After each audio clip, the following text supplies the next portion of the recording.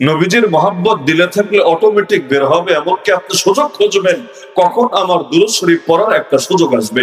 এজন্য যখনই নবীর নাম বলি অথবা রাসূল বা নবী কোন শব্দ বলি, সঙ্গে সঙ্গে দুরূদ শরীফ পড়বেন। রাসূলুল্লাহ মাশাআল্লাহ সাল্লাল্লাহু আলাইহি ওয়াসাল্লাম বলেন, ইন্না ইযামাল জাযাই মা ইযামিল বালা। বান্দার উপর পরীক্ষা যত বড় হবে, আল্লাহর নিকট তার পুরস্কারও তত বড় হবে। ওয়া ইন্নাল্লাহা ইযা হাব্বা কওমান ইবতালাহুম। আল্লাহ যখন কোন জাতিকে, কোন সম্প্রদায়কে ভালোবাসেন, তখনই কেবল তাদেরকে বিপদ দিয়ে পরীক্ষা করেন।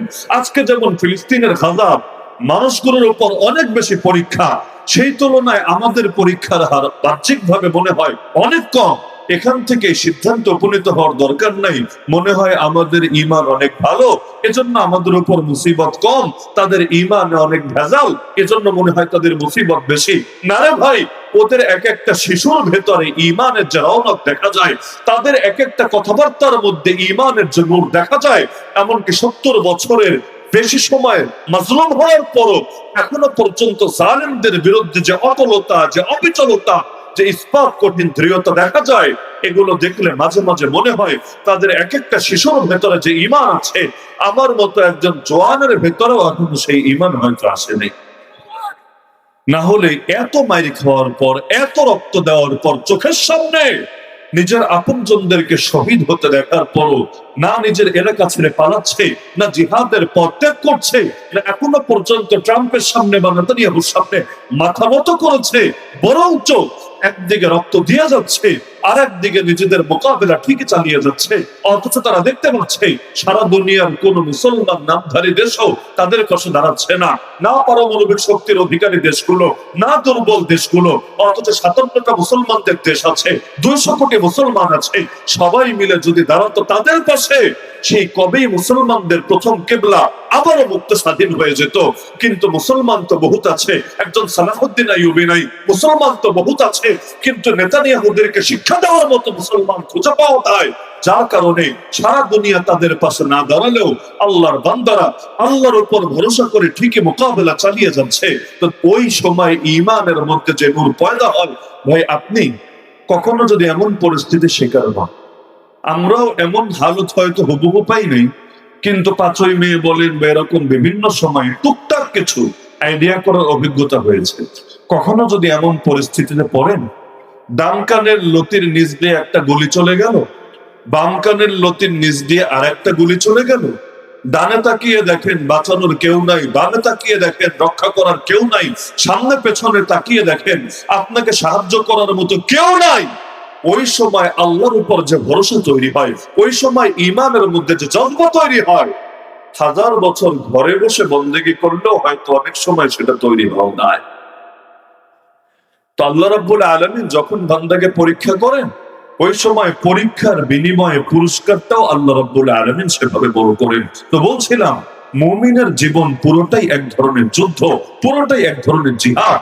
যার কারণে যে মুজাহিদ না, তাকে কখনো পূর্ণাঙ্গ ঈমানদারও বলা যায় না। বলবেন কিভাবে?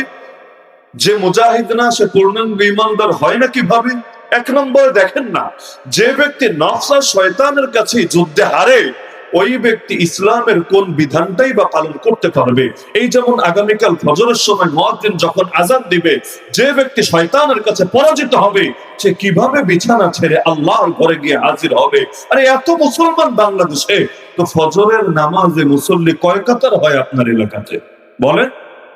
ফজরের মুসল্লি দেখলেই বুঝবেন এলাকার মানুষদের আসল দিনদারিটা কেমন। কারণ অন্যান্য উক্তি নয় তো ওজোর থাকতে পারে যে জোহরে কাজে আছে, অফিসে আছে, চাকরিতে আছে, বিদ্যালয়ে আছে, আসরে ওই এলাকায় বাজার করতে শহরে চলে গিয়েছে, মাগরিবে তখন নয়তো কোনো দূরে কোথাও কাজে আছে। তো ফজরে কি ওজোর আছে বলেন? ফজরে ওজোর কি? ফজরের সময় চাকরিতে আছেন, না ব্যবসায় আছেন, না স্কুলে আছেন, না মিটিং এ আছেন? কিছুই তো না। ফজরের সময় নিজের আরামের বিছানায় তো শুয়ে আছেন। তার মানে ওই বিছানা ছেড়ে আসবেন, ঘুম ভেঙে আসবেন, নিজের স্ত্রীর বাহুবন্ধন ছেড়ে আল্লাহর সামনে দাঁড়াবেন। আপনার ঈমান এই শক্তিটা পয়দা হয় নাই, ওই ঈমান আপনাকে আল্লাহর সামনে দাঁড় করাবে। তো যেই ঈমান এত দুর্বল, যেই ঈমান এত ধ্বজভঙ্গ, মুয়াজ্জিনের আযান শোনার পরও, সফলতার ঘোষণা শোনার পরও মুয়াজ্জিন খেলে নামাজের দাওয়াত দেয় না, সফলতার দাওয়াতও দেয়। হাইয়া আলাস সালাহ মানে নামাজের দিকে আসো, হাইয়া আলাল ফালাহ, ফালাহ মানে কি? ফালাহ মানে হলো সফলতা, কামিয়াবি, সাকসেস। আরে বান্দা, সফলতার দিকে চলে আসো। কোথায় সফলতা খোঁজো তুমি? তোমার চাকরিতে সফলতা নাই, তোমার ব্যবসায় সফলতা নাই, তোমার ক্যাশের টেবিলে সফলতা নাই, তোমার বিছানায় সফলতা নাই, তোমার ঘরে সফলতা নাই। সফলতা একজনের কাছে, তিনি কে? আল্লাহর কাছ থেকে সফলতা বুঝে পেতে চাইলে আসতে হবে আল্লাহর ঘরে, দাঁড়াতে হবে আল্লাহর সামনে, কপাল নত করতে হবে সে আল্লাহর উদ্দেশ্যে। তবেই আল্লাহ সফলতা ঢেলে দিবে তোমার উপরে। এজন্যই দেখেন না, আল্লাহর ঘরে ঢোকার সময় কি বলে ঢুকি? আল্লাহুম্মা ইফতাহলি, হে আল্লাহ আমার জন্য আপনার রহমতের সব কয়টা দরজা খুলে দেন। আর বের হওয়ার সময় কি বলে বের হই? আল্লাহুম্মা ইন্নী আসআলুকা মিন ফাদলিক, হে আল্লাহ আমি আপনার কাছে আপনার রিজিক চাই। এখানে ফজল মানেই হলো রিজিক। হে আল্লাহ আমি আপনার কাছে রিজিক চাই। ঢোকার সময় রহমত চেয়ে ঢুকলাম, ঢোকার সময় রহমত চেয়ে ঢুকলাম, বের হওয়ার সময় রিজিক চেয়ে বের হলাম। মানে কিছু বোঝা যায়? তার মানে যে ব্যক্তি নামাজকে আঁকড়ে ধরে তার রিজিকের জিম্মাদারি আল্লাহ স্পেশাল ভাবে নিয়ে না। রিজিক নিয়ে টেনশনের শেষ নেই। প্রত্যেকে তো রিজিক নিয়ে পেরেশানিতে, কে পেরেশানিতে নেই বলেন? আমি, আপনি, আমরা সবাই রিজিক নিয়ে পেরেশানিতে। অথচ কোরআনে আল্লাহ বলে দিচ্ছেন, ওয়া'মুর আহলাকা বিস-সালাতি ওয়াসতাবির আলাইহা লা নাসআলুকা রিজকা নাহনু নারযুকুকা। নবী ফ্যামিলিকেও নামাজের আদেশ দেন, নিজেও নামাজের উপর জমে যান। আগে ফ্যামিলিকে আদেশ দেওয়ার কথা, পরে নিজে জমে যাওয়ার কথা। এখানে মুরব্বীও যারা আছেন, কয়জন নিজের বাচ্চাকে ঠিকমতো নামাজের আদেশ দিয়ে থাকেন? কয়জন নিজের বাচ্চাকে নামাজের জন্য শাসন করে থাকেন? নবীজি তো বলেছিলেন 10 বছরের বাচ্চাকেও নামাজের জন্য শাসন করতে। বলেন নাই? বলেন নাই? এটা আপনারা কেউ জানেন না? না সবাই জানেন? সবাই জানেন 10 বছরের বাচ্চার উপর নামাজ ফরজ না, বালেগ হয় 12 থেকে 15-তে। যার উপর এখনো নামাজ ফরজ না তাকে পর্যন্ত শাসন করতে নবীজি বললেন, তাকে অভ্যাসে পরিণত করার জন্য। অথচ আপনার 20 বছরের বাচ্চা নামাজ পড়ে না, আপনি কি করেন? 25 বছরের বাচ্চা নামাজ পড়ে না, আপনি কি করেন? কবে শাসন করেছেন আপনি? বলবেন হুজুর শাসন করব কোন মুখে? নিজেরই তো নামাজে ঠিক নাই, বাচ্চার গায়ে হাত তুলবো কোন মুখে? এটাই তো বাস্তবতা। অথচ আল্লাহ নবীর সুন্নাহ ছিল বাচ্চার বয়স 10 হলে নামাজের জন্য তাকে শাসন করতে। ওই শাসনের ফায়দা আছে নাকি নেই? আমি 60 বছর প্লাস এমন ব্যক্তির সাথে আমার সাক্ষাৎ হয়েছে, বাংলাদেশের উল্লেখযোগ্য একজন সিআইপি, এমন বড় ব্যবসায়ী, দেশের চাইতে বেশি সম্পদ তার বিদেশে আছে।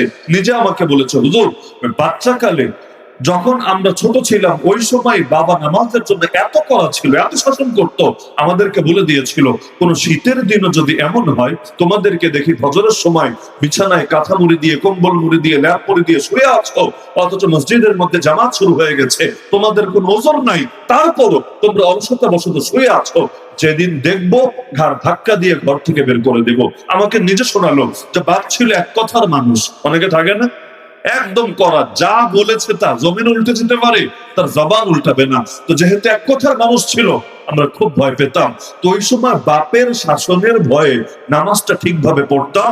হুজুর আল্লাহকে সাক্ষী রেখে বলছি, আপনাকে শোনানোর জন্য না, এখন আমার বয়স 60 ছাড়িয়েছে, আমার এখন পুত্র নাতি সব আছে, খালি সেই বাবা নাই, এমনকি মাও দুনিয়া থেকে চলে গিয়েছে। কিন্তু আল্লাহকে সাক্ষী রেখে বলছি, এই বয়সে এসেও এত ব্যবসা, এত ব্যস্ততা, এত রোগ ব্যাধি, তারপরও আলহামদুলিল্লাহ ফজরের নামাজ দূরের কথা, আমার এক রাতেও আলহামদুলিল্লাহ তাহাজ্জুদও ছোটে না। তিনি বললেন, আমি মনে করি এটা 2 জিনিসের বরকতে আমার হাসিল হয়েছে। এক নম্বরে বাবা যে নবীর সুন্নাহ হিসাবে আমাদেরকে শাসন করেছেন আমাদের জন্য, এক নম্বর এটা। আর 2 নম্বরে নানুপুরি হযরতের সাথে আমার ইসলাহি তাআল্লুক ছিল। আমি মনে করি দ্বিতীয় কারণ হলো এটা, ওই আল্লাহ ওয়ালার সুহবত আর বাপের শাসন, সুন্নাহ শাসন, এর বরকতে আল্লাহ এই বয়সেও আমাকে ইস্তেকামত দান করেছেন। তাহলে তার বাপ যদিও দুনিয়াতে নাই, এই যে বাপের কথা আমার সামনে স্মরণ করলো, বাপের জন্য দোয়া দিল, এর চাইতে একজন বাপের জন্য বড় প্রাপ্তি কি হতে পারে?